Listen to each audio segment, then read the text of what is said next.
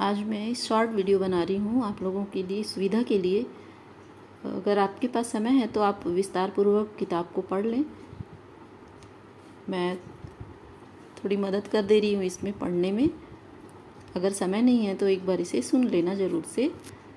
तो social study का हम लोग पाठ 21 वैश्वीकरण, इस पाठ को इसलिए मैंने चुना है क्योंकि इसमें जो मूल्यांकन किया गया है, तो किसी पार्ट से 2 नंबर, किसी पार्ट के से 3 नंबर के क्वेश्चन, किसी से 4 नंबर के, तो वैश्वीकरण में 4+ में जाएगा, इसलिए मैंने इस पार्ट को चुना है। अब मैं इसकी एक शॉर्ट वीडियो बना रही हूँ।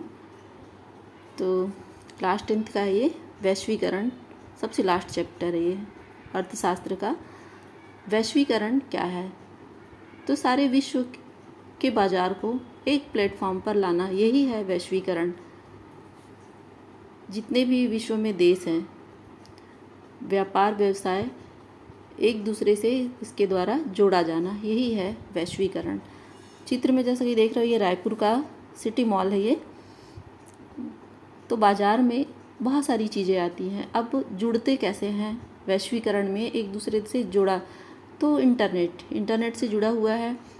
हम इलेक्ट्रॉनिक सामान लेके आते हैं तो बहुत सारी इंडिया मेड होती है, बहुत सारी चाइना मेड होता है, कुछ जापान से बना हुआ होता है। अब हम गाड़ियाँ खरीदते हैं, 2 व्हीलर 4 व्हीलर लेते हैं, तो सारे इंडिया के नहीं बने होते हैं। कुछ बाहर देश के पार्ट्स होते हैं, कुछ पूरे बाहर देश के बने होते हैं। किसी का इंजन अलग है, बॉडी अलग है, तो अलग अलग देशों से सामान मंगा के उसको फिटिंग किया जाता है और फिर उसको हमारे तक पहुंचाया जाता है।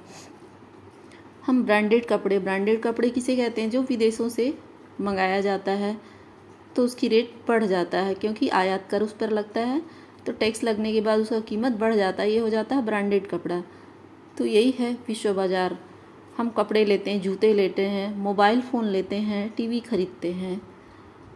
तो ये क्या होता है, सारे विश्व के अलग अलग देशों से जो आता है वो महंगा, जो हमारे देश में बना वो उस पर आयात कर निर्यात कर तो कोई टैक्स लगता नहीं, इसलिए वो कम दामों पे हमको मिल जाता है। यही है विश्व बाज़ार। हम खाते हैं आजकल मार्केट में चाइनीज़ फूड, थाई फूड का बहुत डिमांड है। तो ये कहाँ से आया है? विदेशों का प्रचलन है। तो खाने के ज़रिए, कपड़े के ज़रिए हम इंटरनेट पे सभी चीज़ें देखते हैं, हमें सब चीज़ उपलब्ध हो जाता है आसानी से। हमें अगर मंगाना है या फिर खुद हम जो होममेड कोई चीज़ बनाते हैं तो हम विदेशों की तर्ज पर बनाते हैं। तो ये विश्व बाज़ार का ही एक स्वरूप हुआ।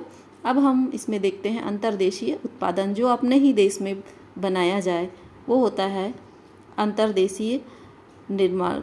खुद हमारे यहाँ का कच्चा माल हो, हमारे ही देश के मज़दूर हों और हमारे देश में बेचा जाए, अंतर्देशीय बाज़ार होता है।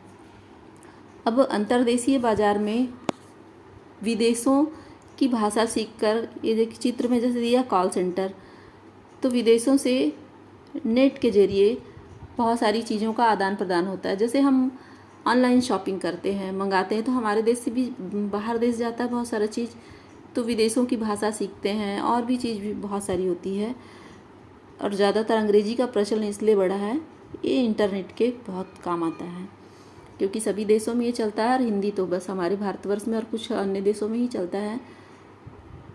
तो ये भाषाएं जो सीख कर आउटसोर्सिंग करते हैं। आउटसोर्सिंग क्या होता है कि जब कोई कंपनी अपने उत्पाद या सेवा किसी बाहरी स्रोत के जरिए उपलब्ध कराती है, तो उस प्रक्रिया को कहते हैं आउटसोर्सिंग। तो इस आउटसोर्सिंग में ये भाषाएं बहुत काम की होती हैं। इसके बाद है बहुराष्ट्रीय कंपनियां, जिसे कहा जाता है कि मल्टीनेशनल कॉरपोरेशन, MNC। तो इसमें एक से अधिक देश बहुत सारे वस्तुओं का मिलकर उत्पादन करते हैं। कच्चा माल के लिए इन लोग विश्व में तलाश करते हैं कि अच्छा कच्चा माल कहाँ से मिले, और कच्चा माल जब मिलता है तो उसकी बिक्री भी होती है विश्व स्तर पे, और बिक्री होने के बाद बहुत सारी कंपनियां कुछ पार्ट्स अलग अलग बनाती हैं। इसमें कुछ प्रशिक्षित और कुछ अप्रशिक्षित श्रमिक होते हैं। तो ये अपने स्तर पर काम करते हैं और फिर मिलकर किसी एक चीज़ का निर्माण करते हैं। तो ये हुआ बहुराष्ट्रीय कंपनी। ये जो बहुराष्ट्रीय कंपनियां होती है तो इनके पास बहुत ज़्यादा पैसा होता है, और जब किसी देश पे पूंजी निवेश करती हैं तो अपने साथ क्या करती, नई नई टेक्निक लाते हैं। हर देश का अपना अनुभव होता है काम करने का, तो इसकी मदद से उत्पादन शक्ति बहुत ज़्यादा होती है और फिर नए नए मॉडल बाज़ार में आते हैं, नए गुणवत्ता और नई फिर सेफ्टी के साथ मार्केट में ये शेयर किए जाते हैं, उतरते हैं हर चीज़। यहाँ पे एक उदाहरण दिया गया है लाफार्ज का। ये फ्रांस की है कंपनी, तो ये क्या करती है, सीमेंट बनाती है और व्यापार को बढ़ाने के लिए ब्रिटेन, युगांडा जैसे देश को मतलब उसे साझा किए हैं और अपने कारखाने वहाँ पर स्थापित किए हैं।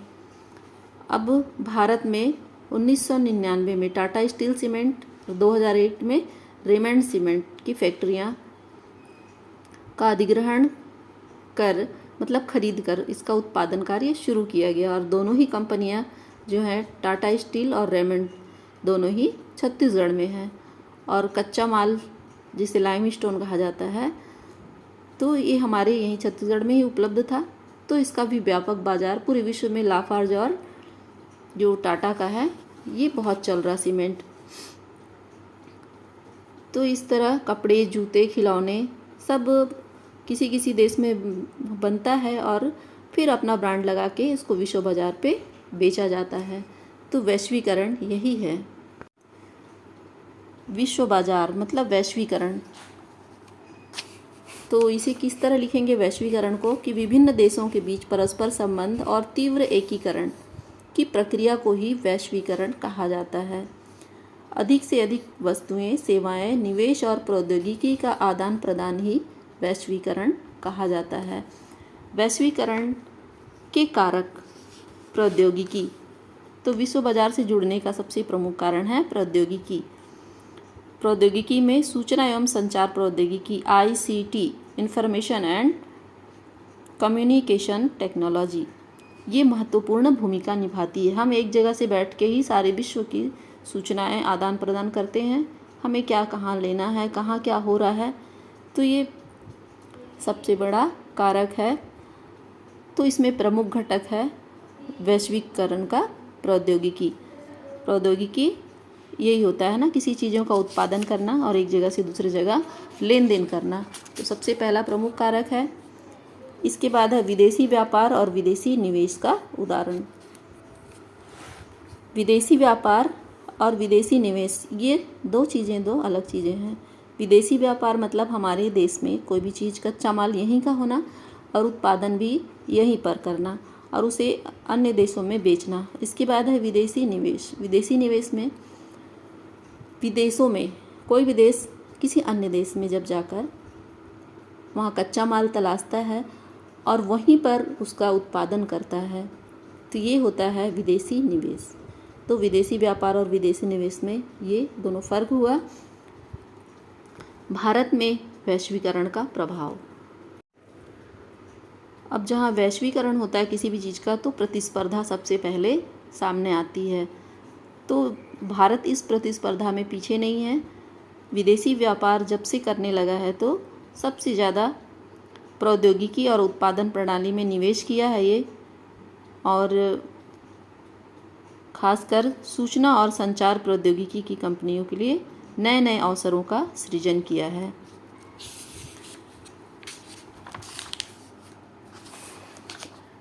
प्रतिस्पर्धा और रोजगार की अनिश्चितता। तो रोजगार की अनिश्चितता क्यों होती है? कंपटीशन का युग है। जब कंपनी कहीं पे लगाती, कच्चा माल मिल जाता है तो अपनी कंपनी वहाँ पे लगा लेती, उद्योगपति उद्योग स्थापित करते हैं, वहाँ पे रोजगार मिलता है। अब जब तक वहाँ मिल रहा है, अब उसको विश्व के किसी अन्य देश में वहाँ खपत ज़्यादा है उस चीज़ की, जो चीज़ यहाँ बना रहा है, तो वो चाहेगा कि अपना जो उद्योग है वो यहाँ का बंद करके जहाँ पे जिस बाज़ार में ज़्यादा सेलिंग चल रही है, ज़्यादा अच्छा कीमत मिल रहा है, वह अपनी कंपनी वहाँ लगा लेगा। तो इस तरह रोजगारी की अनिश्चितता हुई। जितने समय तक वहाँ कंपनी थी वहाँ पे रोजगार मिला। इसके बाद जब वह उद्योगपति अपनी कंपनी बंद करके किसी अन्य स्थान पे लगा लेता है तो इनकी रोजगारी फिर समाप्त हो जाती है, काम मिलना ख़त्म हो जाता है। इसमें बहुत सारे उदाहरण दिए गए हैं। अभी हम डिटेल में नहीं पढ़ पाएंगे। अब है पर्यावरण पे प्रभाव। तो पर्यावरण पर बहुत ज़्यादा प्रभाव होता है, क्योंकि जब कच्चा माल कहीं मिल जाता है वैश्वीकरण में, विश्व के किसी भी जगह कच्चा माल मिला तो वो अपने टेक्निक से क्या करते हैं, उसका मतलब खोदने का कार्य करते हैं, निकालने का कार्य करते हैं। पर्यावरण पर बिल्कुल भी ध्यान नहीं दिया जाता। अब इसका विश्व पर क्या प्रभाव हो रहा है, पूरे विश्व पे न्यायसंगत वैश्वीकरण की ओर, जहाँ पे वैश्वीकरण में प्रतिस्पर्धा बढ़ी हुई है, एक दूसरे के प्रति कंपटीशन की भावना होती है कि कौन कितना ज़्यादा उत्पादन करे और सस्ते में। हर कोई चाहता सस्ता माल मिले, कच्चा माल भी सस्ते मिले और हम जब बेचें तो अच्छा से अच्छा फ़ायदा हो, लेकिन खरीदने वाला यह चाहता है कि हमें कहाँ अच्छा मिले और कहाँ सस्ता मिले। तो इस होड़ में प्रौद्योगिकी और सूचना का बहुत बड़ा रोल होता है। हम घर बैठे ऑनलाइन शॉपिंग करते हैं, एक एग्ज़ाम्पल है, तो हम देखते हैं पहले उसकी कीमत कि कहाँ पे हमको कम कीमत पे कौन सी चीज़ उपलब्ध हो रही है। तो सबसे बड़ा सूचना प्रौद्योगिकी का इसमें रोल रहता है। इसमें जो कुशल प्रशिक्षित जो कारीगर हैं और धनी वर्ग हैं, ये ज़्यादा फ़ायदे में रहते हैं, और जो गरीब तबका है और छोटे मोटे कारीगर हैं, छोटे उद्योगपति हैं, इनका बहुत बड़ा नुकसान होता है। तो सबसे बड़ा ये हुआ जो न्याय संगत, जो तर्क संगत बात यही है कि जो पैसे वाले हैं वो पैसा ही कमाते जा रहे हैं, और कुशल और प्रशिक्षित है वो अपने देश में काम नहीं मिलेगा, अन्य देश में पलायन कर जाते हैं, उनके पास पैसा है चले जाते हैं और पैसा कमाने की होड़ में वो आगे निकल जाते हैं। जो कम पैसे वाले हैं, जो छोटे उद्योगपति हैं, वो अन्य जगह पे उद्योग धंधा अपना स्थापित नहीं कर पाते हैं। इसी तरह छोटे मोटे जो श्रमिक होते हैं, अकुशल श्रमिक होते हैं, इनका नुकसान होता है, उन्हें फिर कहीं काम नहीं मिलता है। इस तरह वह बेरोजगार और बेकार हो जाते हैं